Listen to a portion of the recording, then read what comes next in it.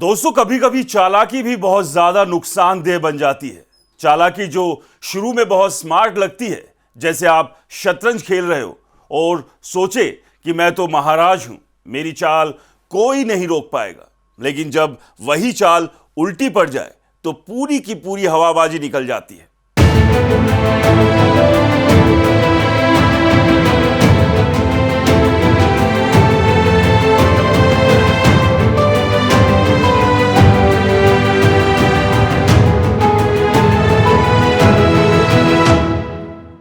दोस्तों, पश्चिम बंगाल की मुख्यमंत्री ममता बनर्जी के साथ भी कुछ ऐसा ही हुआ है। वही ममता बनर्जी जिन्हें लोग चालाकी की क्वीन भी कहते हैं और जिन्हें अपनी राजनीति के जाल बिछाने में महारत हासिल है, लेकिन इस बार उनका जाल उल्टा उनके ऊपर ही फंस गया।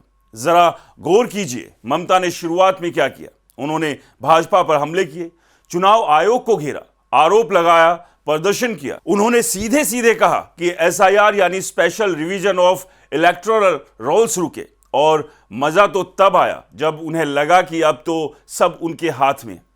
उन्हें लगा जैसे किसी ने उन्हें सुपर पावर दी हो। चुनाव आयोग भी उनके दबाव में झुक जाएगा, सुप्रीम कोर्ट भी उनके सामने डर से कांपेगा। हां, कुछ इस कदर ही ममता जी कोट वोट पहन कर निकली थी। लेकिन दोस्तों, कहानी हमेशा यूं ही नहीं चलती। जैसे ही बिहार में एसआईआर शुरू हुआ, ममता की आंखें खुली और उन्हें समझ आ गया, ओहो, ये तो मेरे प्लान के खिलाफ है। अब उनका जाल जो उन्होंने बड़ी चालाकी से बिछाया था, उसी में उलझ गया। ममता को लगा था अब सुप्रीम कोर्ट में जाकर सब ठीक कर दूंगी, लेकिन सुप्रीम कोर्ट किसी नाटक के प्रभावित नहीं होता। वहां भावनाओं का कोई काम नहीं, वहां नियम, कानून और संवैधानिक प्रावधान चलते हैं। यानी जो ड्रामा आप टीवी पर देखते हैं, वही वहां नहीं चलता। और वही हुआ। उनका चालाक दाव अब उनकी ही परेशानी बन गया। उन्होंने सोचा था सुप्रीम कोर्ट में जाऊंगी, काला कोट पहनूंगी, वाह क्या असर होगा। लेकिन सुप्रीम कोर्ट ने एकदम स्पष्ट कर दिया कि एसआईआर रोकने का कोई रास्ता नहीं है। इतना ही नहीं, सुप्रीम कोर्ट ने कहा कि मतदाता सूची शुद्ध होनी चाहिए और किसी भी वैध मतदाता के साथ अन्याय नहीं होना चाहिए। यानी अब ममता की चालाकी का खेल खत्म और असली परीक्षा शुरू हो चुकी है। तो चलिए पूरी तफ्तीश के साथ अब आपको बताता हूं कि ममता ने क्या योजना बनाई थी और आखिर यह उनके लिए क्यों उल्टा पड़ गया। दोस्तों नमस्कार, मेरा नाम है राज के वर्मा और आप देख रहे हैं राज टीवी का special segment behind the news. दोस्तों, दरअसल ममता बनर्जी ने सोचा कि चुनाव में अपनी जीत को पक्का करने के लिए एक बड़ा जाल बिछाया जाए। उन्होंने अपनी मुख्य प्रतिद्वंदी पार्टी भाजपा पर हमले किए और साथ ही चुनाव आयोग पर भी मोर्चा खोल दिया। चुनाव आयोग को उन्होंने सीधे सीधे बीजेपी का टीम बता दिया और कई तरह के आरोप लगाए, दबाव डालने की कोशिश की। उनका मकसद था कि एसआईआर यानी special revision of electoral rolls को रोका जाए, क्योंकि जैसा कहते हैं ना, राजा की जान तो तोते में बसती है, वैसे ही ममता की जान वोटर लिस्ट में और उसमें फर्जी वोटरों में बसती है, यही बीजेपी कह रही है।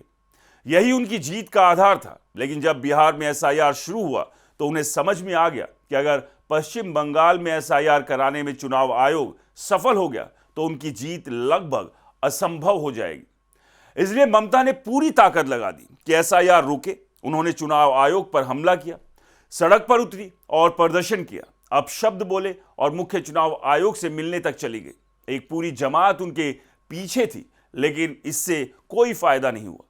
फिर उनका अगला कदम बढ़ा। उन्होंने सोचा कि अब सुप्रीम कोर्ट जाना चाहिए, लेकिन यही उनकी सबसे बड़ी गलती थी। ममता को लगा था कि अगर वो खुद काला कोट पहनकर सुप्रीम कोर्ट जाएगी तो वहां का माहौल उनके पक्ष में हो जाएगा। वरना आप ही सोचिए, जिसके पास देश के सबसे जाने माने बड़े वकील हो, उसको क्यों कोट पहनना पड़ा। लेकिन दोस्तों, सुप्रीम कोर्ट भावनाओं पर नहीं चलता, वो कानून और संवैधानिक प्रावधानों पर चलता है। सुप्रीम कोर्ट ने उन्हें साफ साफ समझा दिया कि नाटक और नौटंकी से फैसले प्रभावित नहीं होते। सुप्रीम कोर्ट ने यह भी कहा कि एसआईआर कराने का संवैधानिक अधिकार चुनाव आयोग के पास है और किसी वैध मतदाता के साथ अन्याय नहीं होना चाहिए, यानी मतदाता सूची का शुद्धिकरण होना चाहिए। तो इसके बाद सवाल यह आता है कि ममता ने सुप्रीम कोर्ट में क्या उम्मीद की और क्या हुआ। दोस्तों, ममता की उम्मीद थी कि सुप्रीम कोर्ट एसआईआर को रोक देगा और उनकी जीत सुनिश्चित होगी। लेकिन सुप्रीम कोर्ट ने कहा, हम एसआईआर में किसी तरह की बाधा बर्दाश्त नहीं करेंगे। चुनाव आयोग ने लॉजिकल ग्रीवेंसेस वाले मामलों को अलग कैटेगरी में डाला। पहले 1,26,00,000 मामले थे, अब केवल 50 लाख बचे हैं। सुप्रीम कोर्ट ने हाई कोर्ट के चीफ जस्टिस को कहा कि इस काम के लिए डिस्ट्रिक्ट जज और अन्य जुडिशियल ऑफिसर्स लगाएं। सिर्फ पश्चिम बंगाल के नहीं बल्कि झारखंड और उड़ीसा के भी जज लगाए गए। इसका मतलब है कि पश्चिम बंगाल सरकार अब इस प्रक्रिया में हस्तक्षेप नहीं कर सकती। सुप्रीम कोर्ट ने तय किया है कि 26 फरवरी तक फाइनल वोटर लिस्ट प्रकाशित की जाए और आज वही तारीख है। और जब मैं ये वीडियो कर रहा हूं तो अभी तक तो जारी नहीं हुई और शायद जब तक आप तक ये वीडियो पहुंचेगी तब तक शायद जारी हो जाए। खैर, इसके बाद भी समय समय पर एडिशनल और सप्लीमेंट्री लिस्ट जारी की जाएगी। यानी ममता की चाल अब उनके खिलाफ काम कर रही है। साथ ही चुनाव आयोग ने और कदम उठाए। बूथ पर तैनात पुलिस अब जरूरी नहीं कि उसी इलाके की हो, छोटे इलाके में भी मतदान केंद्र खुलेंगे और निजी भवन में भी वोटिंग हो सकती है। यह सब फर्जी वोटिंग और धांधली को रोकने के लिए है। इसका मतलब साफ है, ममता की जो भी चालबाजियां थी उनका असर अब कम हो रहा है। फर्जी वोटर या धांधली के रास्ते अब मुश्किल हो गए। सुप्रीम कोर्ट और चुनाव आयोग के निर्देशों से उनकी जीत का आधार कमजोर हो गया है। तो दोस्तों, ममता की चालाकी का जाल अब उसी पर उल्टा पड़ रहा है। उनके पास अब पछताने के अलावा कोई रास्ता नहीं बचा।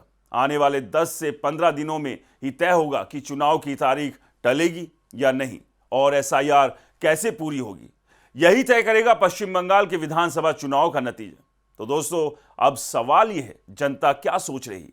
लोग देख रहे हैं कि ममता बनर्जी की चालाकी उल्टा पड़ गई, उनका जाल उनके ही ऊपर फंस गया। आम मतदाता कह रहे हैं कि जो वोटर सूची साफ होनी चाहिए वो साफ हो रही है। असल में जनता की नज़र में अब चीज़ें साफ हो रही है। कोई भी अपने वोट का अधिकार खोता नहीं देखना चाहता और लोग चाहते हैं कि चुनाव निष्पक्ष हो। यही वजह है कि अब ममता बनर्जी के दाव और चालाकी पर जनता की नजरें भी टिक गई हैं। तो दोस्तों, ये मामला सिर्फ ममता बनर्जी का नहीं रह गया, ये आम आदमी का सवाल बन गया है कि क्या लोकतंत्र में नियम और कानून सबके लिए बराबर है? जनता यही देख रही है और यही जनता की राय बन रही है। बाकी इस पूरे मामले पर आपकी क्या राय है? कमेंट में जरूर बताएं। नमस्कार।